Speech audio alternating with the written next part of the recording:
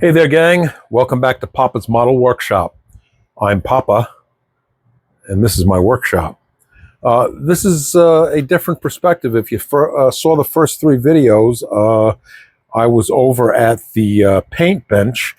This is my build area, or my assembly bench, and the Cuda is coming along now. This video is going to be a little bit abbreviated, and the reason for that is because I did a video this morning, actually. This is Sunday afternoon, September 21st, first day of fall, yay. And I put the glass in, the windshield and the rear windshield, or rear window. I don't know, what do you call the rear? Do you call that a windshield too? Anyway, I put those in this morning. And I did that on camera, and actually the video I put together this morning was about 30 minutes long, and I really kind of thought the video came out nicely, and upon reviewing it for upload purposes, there was no audio, and I don't know exactly what happened. So you're going to miss all of this. I can't undo it. I guess I could knock it all out and do it again, but I'm not going to do that. And over here, I attached the side panels and put the seats in and the dashboard, and I think that came out actually pretty good. And again, I did all of this on camera, so I'm really kind of bummed that you missed all of that.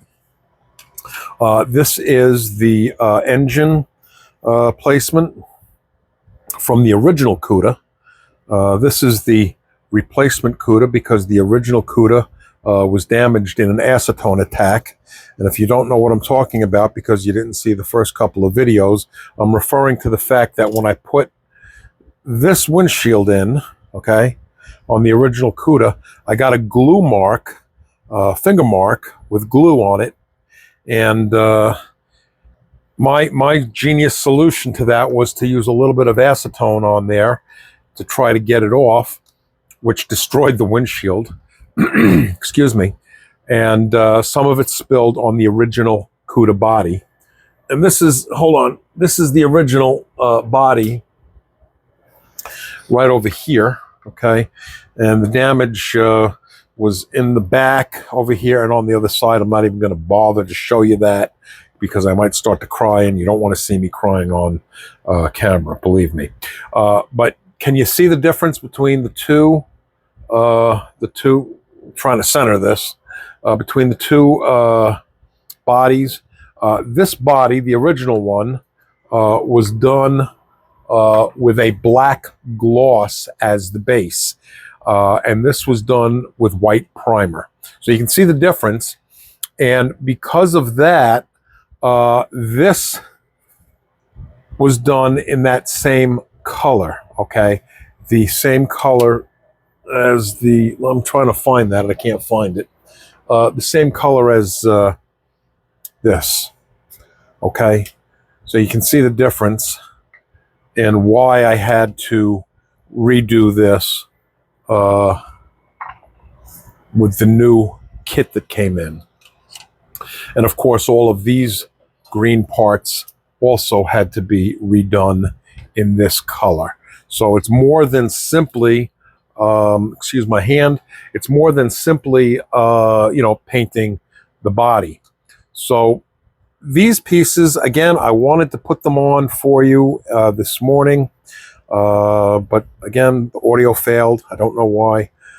And what I did is I did some research on this, and I did find online a lot of images or photographs of this Cuda in this color, and the research showed me that basically the interior of this car was black, and I wanted to add a little bit, I don't know, more to the interior, not just leaving it black. So what I did is I went over, the console had this raised area, and I had some little areas on the side panels that I did in green, and I did the edges. I don't know if, can you see that? Okay. Seats are kind of in the way, but trust me, the gauges are in that green color as well. I don't know if that's authentic or not, but I've mentioned in the past that in the end, this is your model. You should do it your way. And this is what I did. I added these little green highlight areas, and I think it looks pretty good. The engine, this is from the original Cuda kit. I have my distributor in and so forth. And there's more that goes on this engine. So this engine isn't completed. And let's see. What else do we have here? Well, some of what I did was to scrape off some of the black paint that was on the floor of this interior tub. I have mentioned in the past that I like to pre-paint my parts. Okay, and here's my parts for this Cuda. And I've got them in a bag, individually separated by color. These are separated. I'm not sure why these two are separated. They should be together.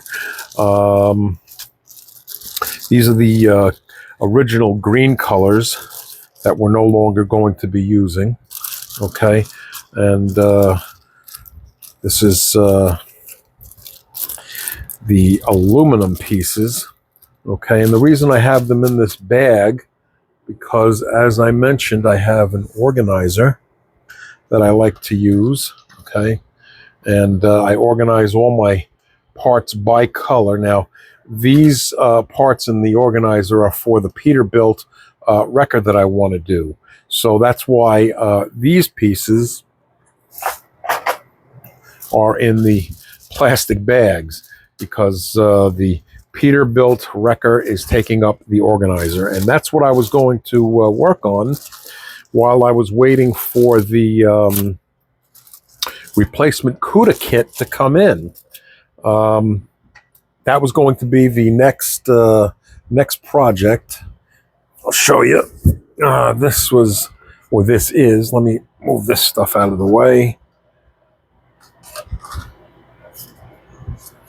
Okay. This is the Peterbilt wrecker I was going to do next after the Cuda. So I separated all the pieces. As you saw, I've had a change in plan, though. I have a real dear friend who I have known for over 40 years. Her name is Linda. And Linda, when we kind of hung out together back in the late 70s, early 80s, that's how far back I'm going with Linda. And anyway, Linda contacted me and said, hey, listen, do you remember that 66 Mustang that I had? And, I actually do remember that car.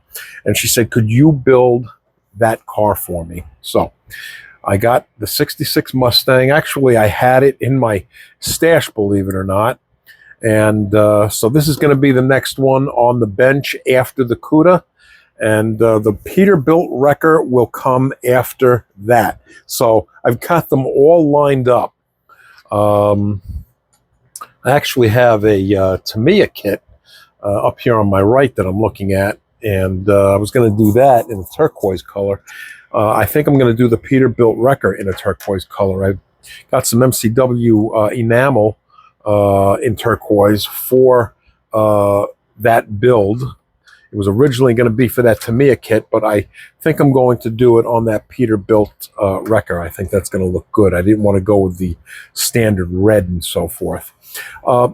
This is something I wanted to go over with you. This is how I work on my kits in the build area here. I work on a Lazy Susan.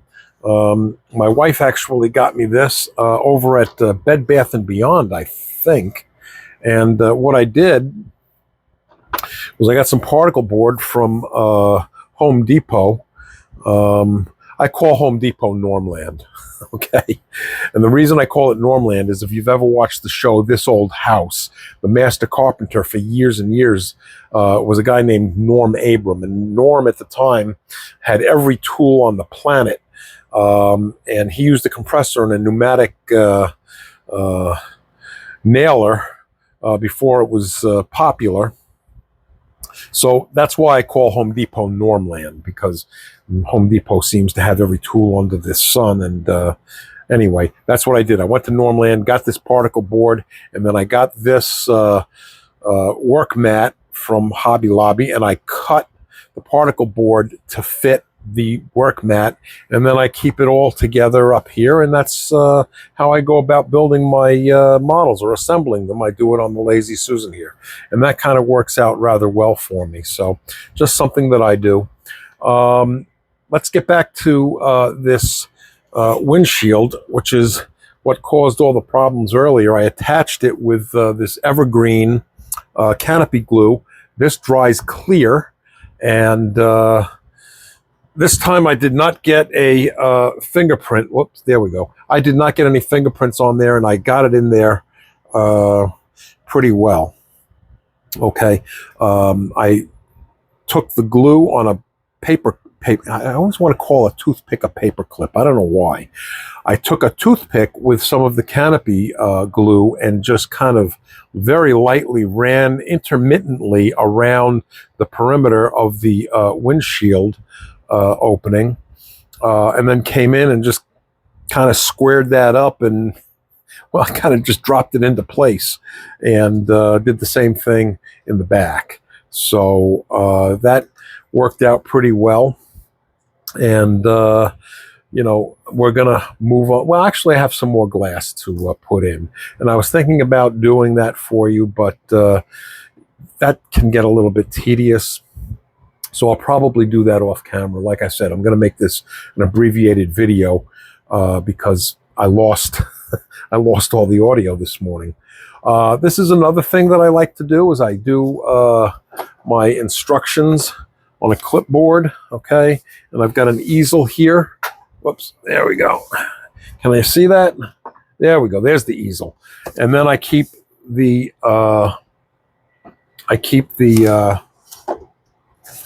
instructions on the clipboard, and I just keep the whole thing right there.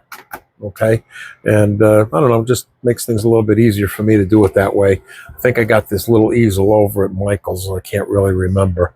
So with that, I guess I'm going to call this video number 4. I think, yeah, I think this is video number 4.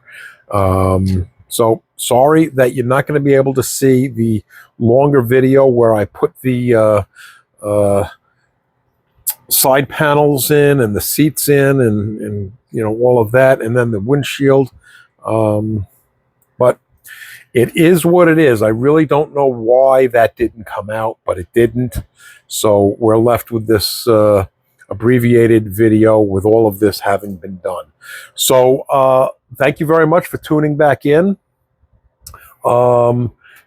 Drop me some comments if you like, whether you like what you're seeing or you don't like what you're seeing. Give me a thumbs up if you feel that you like what you're seeing, or if you don't, I guess a thumbs down. I hope I don't get too many of those, but I can't blame you with all the mistakes that I've been making, but I'm learning. I'll get there. And speaking of comments, I want to thank Steve Richards and Mark's Hobby Bench. They left me some comments of encouragement and support, so I appreciate that, guys. Mark's Hobby Bench, he told me, well, communicated to me in his message that he is also starting his YouTube channel. So my very best to him, and you know, check him out, look him up, Mark's Hobby Bench, and I'm sure he has some real good stuff on his YouTube channel. So in the meantime, until next time, I want to thank you for tuning in again, and we'll get the bugs worked out in this YouTube video production eventually. And thanks a lot for tuning in. Enjoy the rest of your Sunday.